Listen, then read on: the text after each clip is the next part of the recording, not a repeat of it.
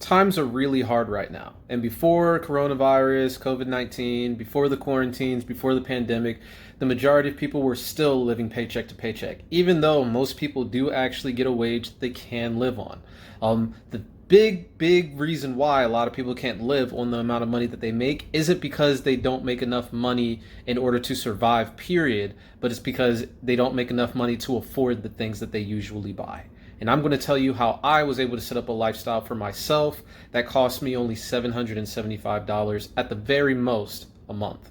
Now, before I go any further in this video, I just want to let you know that I am prior military, which gave me access to the VA loan benefit, which I took advantage of. And even if you're not military, there still are programs that you can use in order to get a loan for a house, such as Pathway to Purchase. And then, of course, you can get your typical FHAs or conventional loans. And there are a bunch of different options that you can use in order to get a loan for the low. You may need to save some money, but what I'm about to tell you is still possible for anyone to do.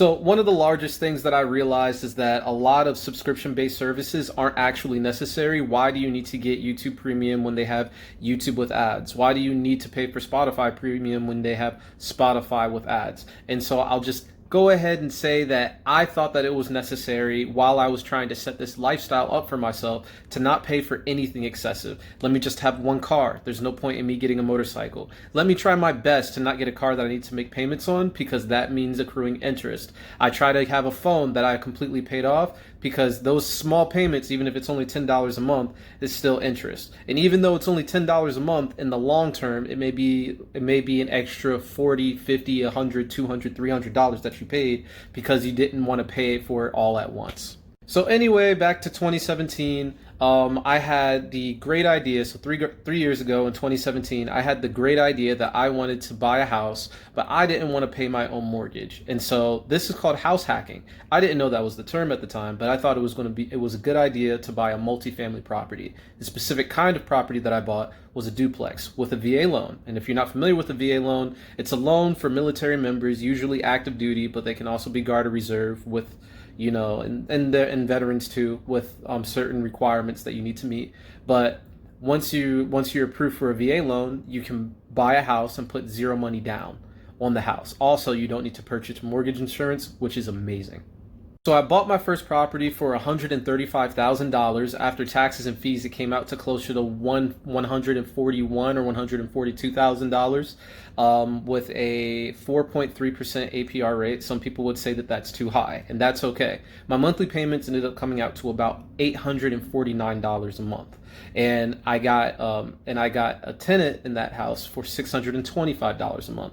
If we do the quick math, we can just round up to $850 minus $625. I was paying $125 out of pocket plus bills. Once again, I can go into all the specifics of the expenses, but basically I'm looking at things like gas. I'm also looking at things like food. I'm looking at things like my phone bill, my electric bill, my gas bill, my water bill, etc. And not to mention, there's also things that you need to consider like housing insurance or landlord's insurance if you're a property manager or landlord, and then also car insurance. So those are all things that I look into that I put into my monthly expenses. Even if I only pay it once a year, I'm going to take that number and I'm going to divide it by 12. If I pay it twice a year, I'm going to take that number and divide it by 6. Anyway, a couple of years later, I thought that it would be a good idea to take that house and rent it out to somebody else so I'd be able to turn it for a profit, and then I would buy another multifamily property. Unfortunately, I knew that my time in the military was coming to an end soon, and instead of waiting to find a second multifamily property to buy, I decided to buy a single family home. So I bought a single family property and rented out my second unit, the one that I had been previously living in, for $825 a month. I still had to pay landlord insurance on my first home, and then I needed to pay housing insurance on my second home. I still had bills for my second home, and then that second house, after taxes and fees, was $201,000, and that payment came out to roughly $1,200 a month. So I had the monthly mortgage on my second house on top of the mortgage for my first house. I also had the housing insurance for my first house, or the landlord insurance for my first house, and then the housing insurance or the homeowner's insurance for my second house, and then I still had the bills that I needed to pay as well. Fast forward to owning this home for a little over a year, I decided that I was going to get a couple of roommates. And so each roommate pays me $450 a month, which is, we can just round that up to $900 a month.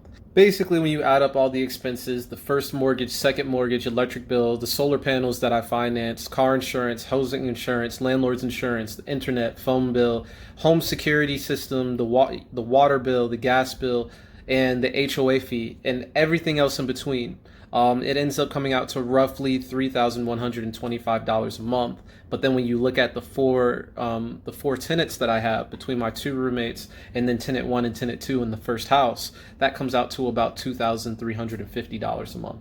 So if you can just do some simple math really quick, that ends up coming to about $775 that I need to spend out of my own pocket every month in order to maintain my lifestyle. While $775 isn't a lot every month, the dream is to actually get paid every month. And so instead of having to spend all of my money or even some of my money on just living and just breathing. So how can I break even or actually start making money? Buy another house and then rent that out for a profit. I could start a YouTube channel, which I kind of already have, and make videos on a large scale and then use the passive income that comes from people watching my videos to fund my lifestyle. Or, and the thing that I'm leaning towards the most is investing almost exclusively in dividend stocks and dividend investing. And I can make a whole video on that later. If you enjoyed this video, please like, subscribe, share it. I guess click the bell for notifications, but who knows how often I'll be uploading. But there will definitely be more content in the future.